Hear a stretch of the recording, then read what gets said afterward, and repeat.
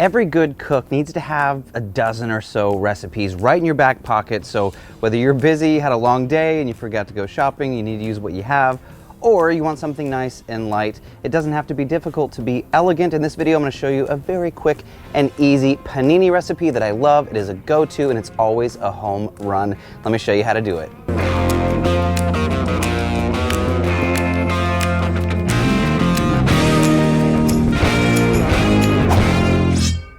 The first thing I want to do is get to my butter. So you could just use butter, you could just use oil, but if we have the ingredients, let's take a second to go a little further. I've got some unsalted butter, which is one of those things I talk about a good bit.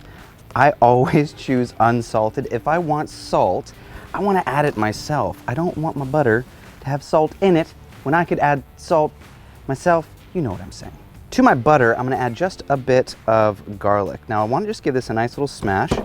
Hold your knife flat. Go ahead and add this in there. Hold your knife flat right on top of your clove. Give it a smash.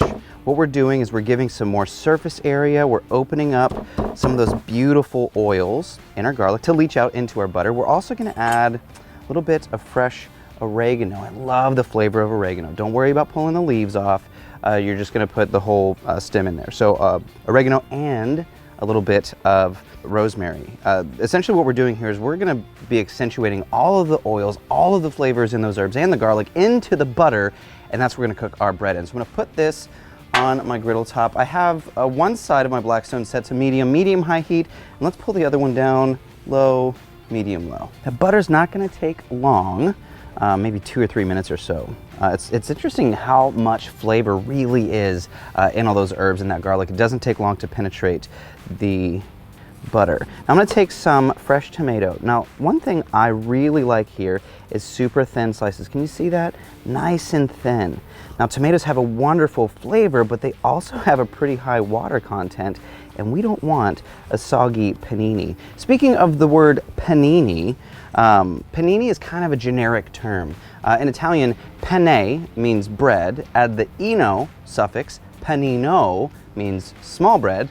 Panini is just the generic term for a sandwich made from it. So if you want to sound really brilliant, call it a panino. When someone tries to correct you, say, oh, I learned a few things on Cook, Eat, Repeat with Chef Nathan Lippy. All right, let's keep cruising. So I have my tomato. That looks really, really good. I think we can go ahead and start building. I mean, our butter's only gonna take a minute. Now, speaking of panino, I do have some beautiful bread right here. Let's just grab it. Let's pull out a few pieces. Now, you can use any bread that you like, but I do like a really lovely Italian bread for this.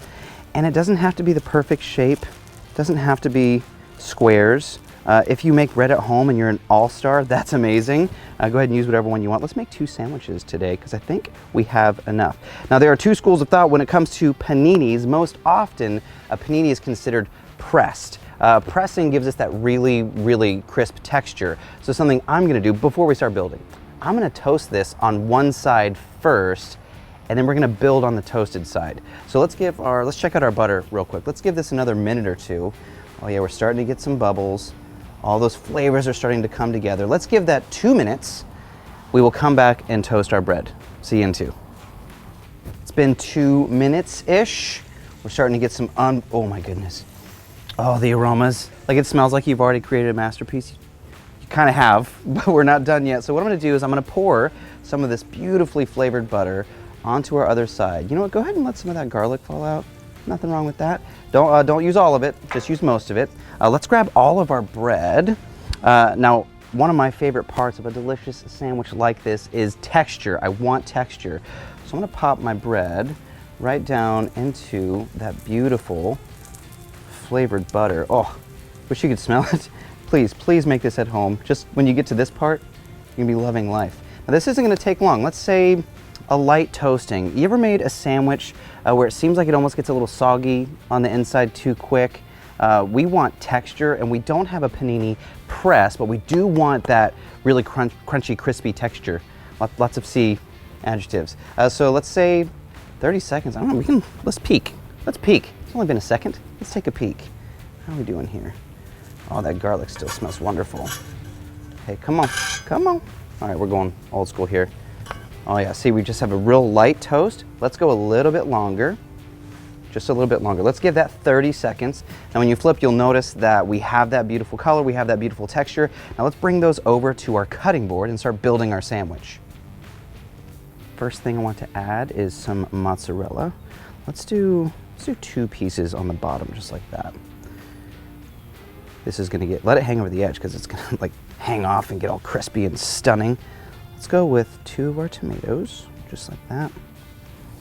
Now we're gonna add something I absolutely love. If you've never had cento, how am I gonna describe this? If you've ever had like a giardiniera, it's got that pickle, that brightness. Think of this, but more in like pepper form.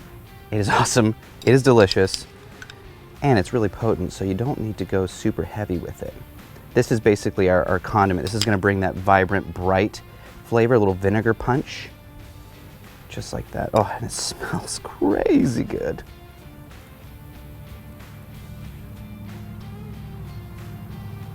Now we're gonna add some of our meats. I've got some salami. Let's go ahead and add 2 pieces of salami.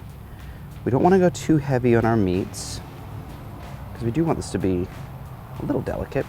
We're gonna add some coppa or capicola.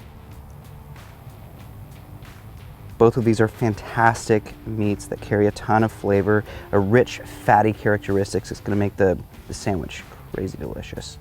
Now we're gonna add some fresh basil. I like to add the entire leaf, and I feel like it gives us a good color and obviously gives us a fantastic flavor. So just 2 big leaves right over the top. Now 2 more pieces of cheese. Again, let it hang off the sides just a little bit. A little bit of overhang is okay. We want that melty goodness. Now we're gonna add our bread, toasted side down, because we're gonna toast this top side and the rest of our butter. Let's grab our spatula. Before I do that, I need to add my butter. So we're gonna grab the rest of that butter that was in our, oh man. Things are happening. Oh, wonderful things are happening. Let's add the rest of that, just like that. If you wanted to at this point, you could add a bit of olive oil. Olive oil has a much higher smoke point than butter. So if you wanted to add just a bit of olive oil, if you're worried about your butter burning, you could do that. Now let's grab our first sandwich. Here we go. Now you'll see in a second how important the cheese overhang is. Oh, you can actually, it has a lot of texture still because we toasted the inside. This is gonna be a crunch fest. All right, let's leave that for, let's say 60 seconds per side. I mean, it really doesn't take long. At this point, we're kind of in grilled cheese territory, which is okay. It's just a really, really nice grilled cheese. So I'll see you in 60 seconds when we're ready to flip.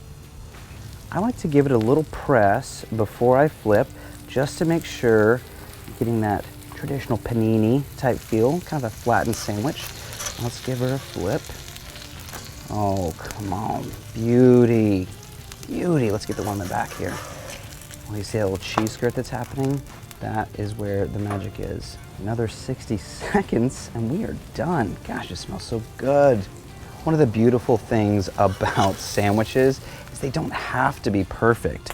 Look at this one in the back. We have a little cheese overflow. Look at this, beautiful. She's gorgeous. Do not be afraid. A little bit of action just like that. Come on, come on. Every once in a while, you get finished with something. You knew what it was gonna turn out like. You knew it was gonna be awesome, but then it is. You just feel good about yourself. Let's get into one of these. Let's give it a cut. Oh, can you hear that? Oh, those beautiful goodies. Stunning. Let's do a little stack move here. Just so you can see all the glory on the inside. Let's cut the other one as well. That melty cheese. Oh, yeah. Beauty. Here we go. We'll make sure we get through all that gorgeous sausage. Now, sandwiches are sandwiches, but when you take it to the next level and you create depth of flavor, depth of texture, you have all of those wonderful things that your palate wants. And what my palate wants is to take a bite of this thing.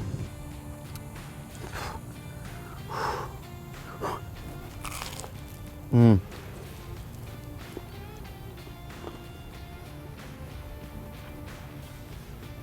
I got nothing except for whoa. Whoa. That is so good. If it's a weeknight, you need a quick fix. This one is not hard. It's really quick. whether you're cooking for 2 or 20, you can make a ton of this in a really short period of time and really wow your guests.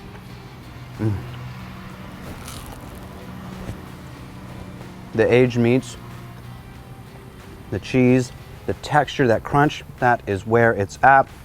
I love doing stuff like this, especially when it's quick, especially when it's easy, especially when it's crazy delicious. Make this one at home. Have fun, show off. Go through your cupboard. We should do a whole series on just what you can make in your cupboard. If you don't have this in your cupboard, maybe you need a better cupboard. I can help you with that. Thank you guys so much for watching. Thank you so much for spending some time hanging out, learning some techniques. This is Cook, Eat, Repeat, where we help you become a better cook, one recipe at a time. I'm your host, Chef Nathan Lippy, and I'll see you next time.